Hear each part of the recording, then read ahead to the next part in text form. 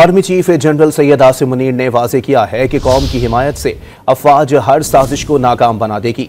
सिपह सालार ने नारोवाल और सियालकोट का दौरा करके फील्ड ट्रेनिंग मशकों का मुआयना किया।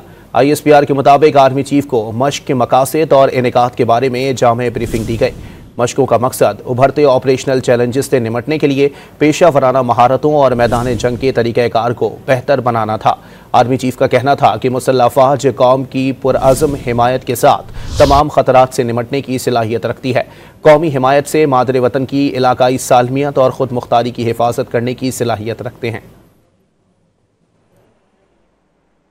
Army chief general Syed Asim Munir ने वाज़ेह किया है कि कौम की हिमायत से अफवाज हर साजिश को नाकाम बना देगी। सिपह सालार ने नारोवाल और सियालकोट का दौरा करके फील्ड ट्रेनिंग मशकों का मुआयना किया।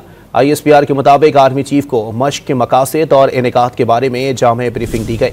मशकों का मकसद उभरते ऑपरेशनल चैलेंजेस से निमटने के लिए पेशा वराना महारतों और मैदान जंग के तरीक़ाकार को बेहतर बनाना था।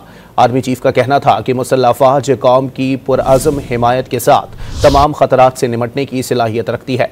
कौमी हिमायत से मादरे वतन की इलाकाई सालमियत और ख़ुद मुख्तारी की हिफाजत करने की सलाहियत रखते हैं।